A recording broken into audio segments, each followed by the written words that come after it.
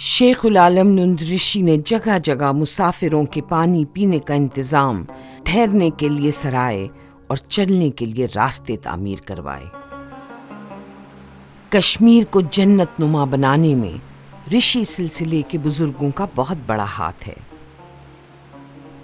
شیخ العالم نند رشی نے پیڑ، پودے اور درخت لگانے کی تحریک شروع کی۔ نند رشی پیڑوں کو کاٹنے یا پیڑوں کو کسی طرح کا بھی نقصان پہنچانے کے سخت خلاف تھے۔ ان کی مشہور کہاوت ہے، جب تک پیڑ، پودے اور جنگلات ہیں، جب تک انسانی زندگی ہے۔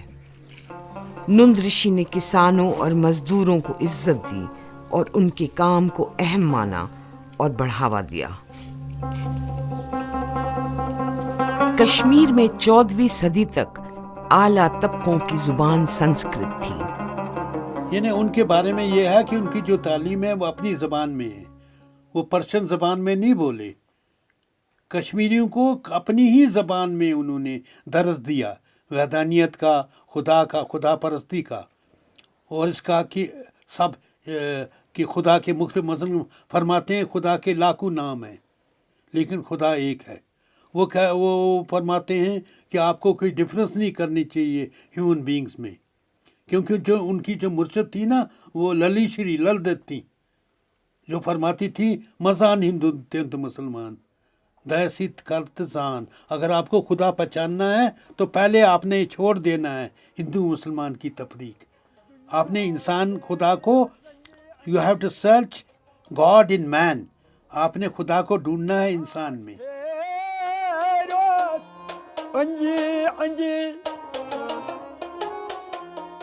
نند رشی نے کشمیری میں شاعری کی اور اس طرح کشمیری زبان کو ادب و ساہتیہ کا روپ دیا۔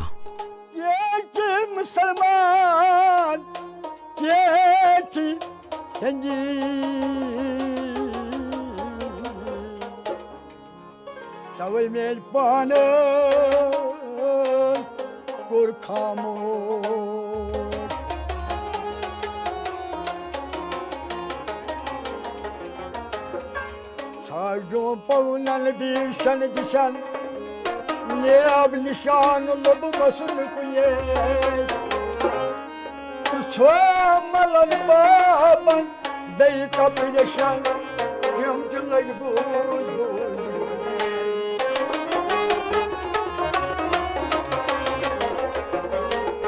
نتاب جسو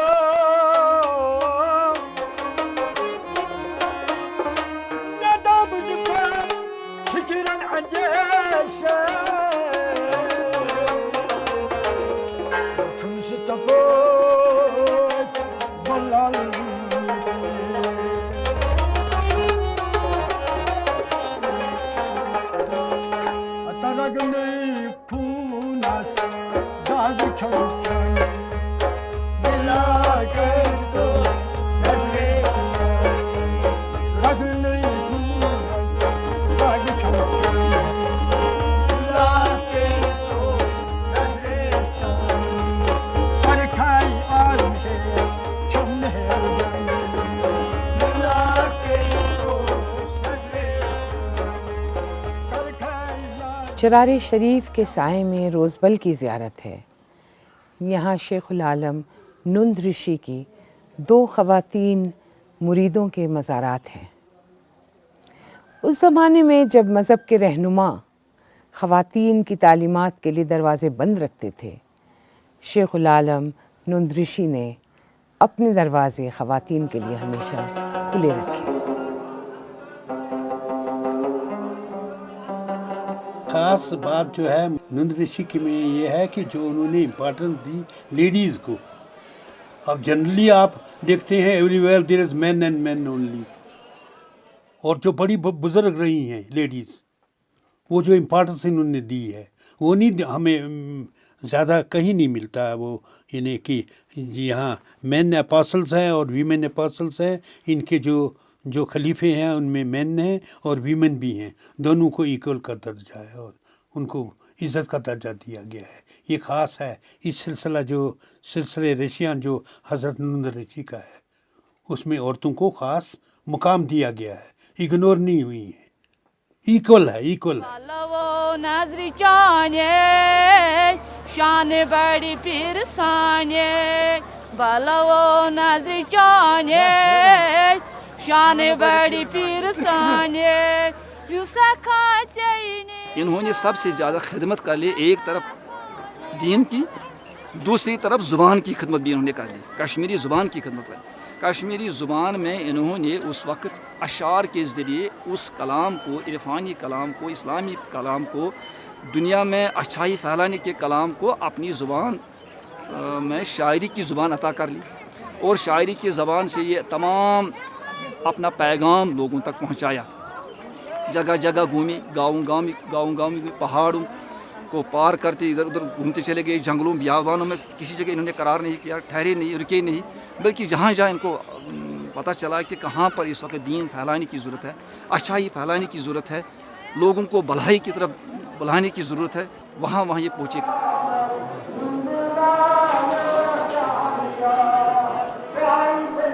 شیخ العالم نور الدین نند رشی 1439 عیسوی میں اس دنیا سے پردہ فرما گئے.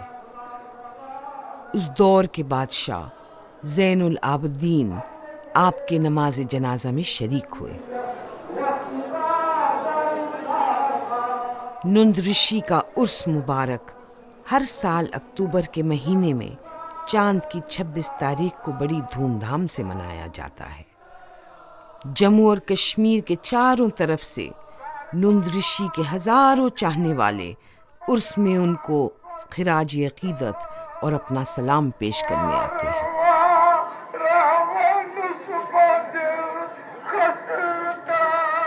کشمیری زبان میں عام فہم الفاظ میں لوگوں تک انہوں نے یہ پیغام پہنچا دیا, جو حق کا پیغام ہے, صرف حق ہے, اس میں صرف اچھائی ہے, برائی سے دور رہنے کی تلقین کی گئی اس کلام میں.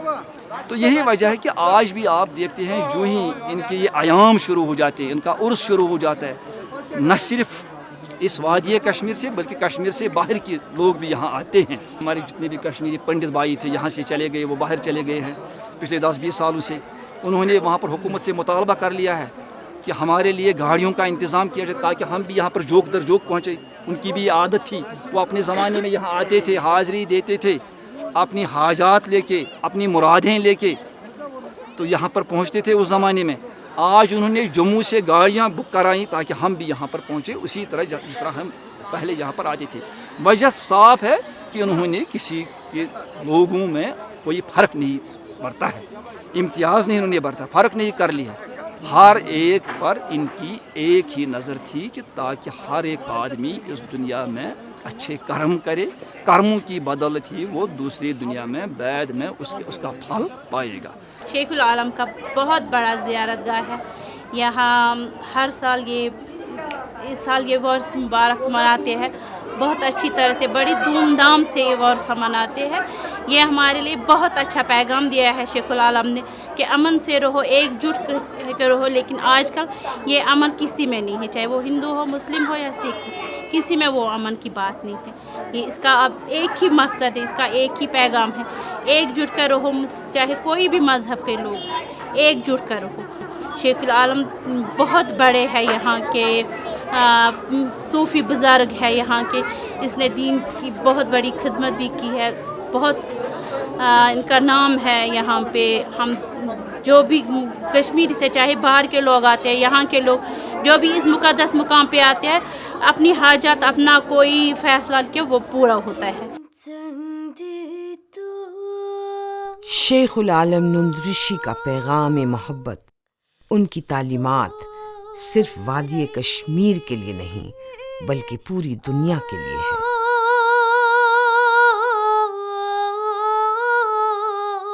نند رشی کی شاعری امن, بھائی چارے اور ہم آہنگی کے راستے میں ایک شمع ہے.